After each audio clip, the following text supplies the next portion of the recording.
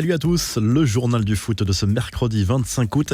Les infos et rumeurs du mercato, elle était attendue, la voici, l'offensive du Real Madrid pour Kylian Mbappé est désormais une réalité. Le club merengue a bien transmis une offre de 160 millions d'euros pour tenter d'arracher la signature du champion du monde.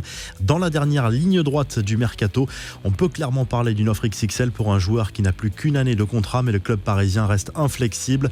L'offre a été immédiatement rejetée par les dirigeants du PSG.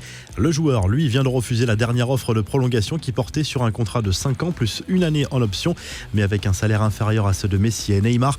Il y a désormais deux options possibles dans ce dossier. Soit le PSG revient avec une offre de contrat revalorisée, soit le vice-champion de France accepte de lâcher Mbappé.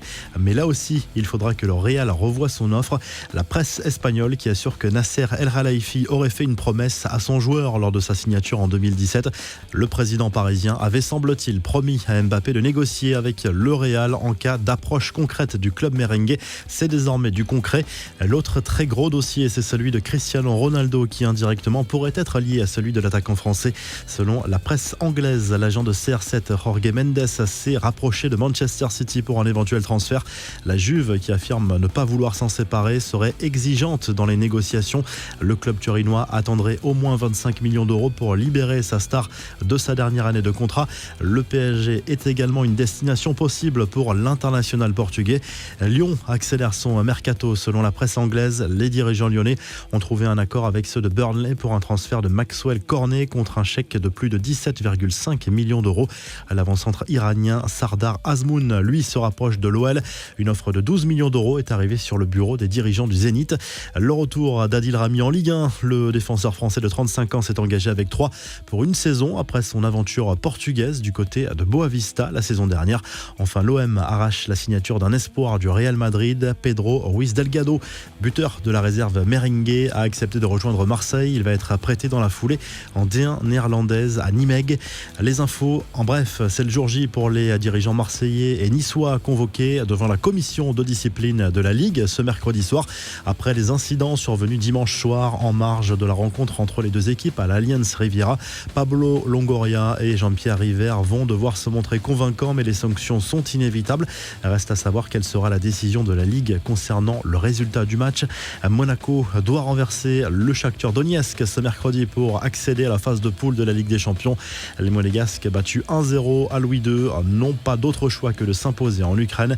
Salzbourg et le Sheriff Tiraspol sont en ballottage favorable face à Brøndby et au Dynamo Zagreb. Mardi soir, le Benfica Lisbonne a arraché sa qualification en tenant en échec le PSV Eindhoven à 10 contre 11 pendant une heure. Les Young Boys de Berne et Malmö ont également validé leur place en C1. Retour en France où la vente de l'AS Saint-Etienne s'accélère. Le dossier est compliqué et traîne depuis plusieurs mois. Au moins 3 candidats resteraient en course selon l'équipe pour acheter le club stéphanois. Les dirigeants actuels espèrent que tout sera bouclé avant la fin de l'année. La revue de presse, le journal L'équipe consacre sa une à cette offensive du Real Madrid pour Kylian Mbappé. Le club merengue rêve de l'international français depuis plusieurs années et croit en une issue favorable d'ici la fin du mercato. Le journal propose également une interview du Golioris qui est revenu notamment sur l'échec des Bleus à l'Euro. Le capitaine de l'équipe de France est persuadé que cette déception servira à l'équipe de France en vue du Mondial 2022. En Espagne, sans surprise, on retrouve également le champion du monde Kylian Mbappé à la une de Marca. Même constat pour le journal espagnol. Pour le moment, le PSG reste inflexible dans ce dossier, mais l'optimisme est de rigueur. Le quotidien parle également de la prolongation de contrat de Valverde jusqu'en 2027. Du côté de la presse catalane, le Mundo Deportivo se concentre surtout sur le retour à l'entraînement collectif d'Ansu Fati avec le FC Barcelone.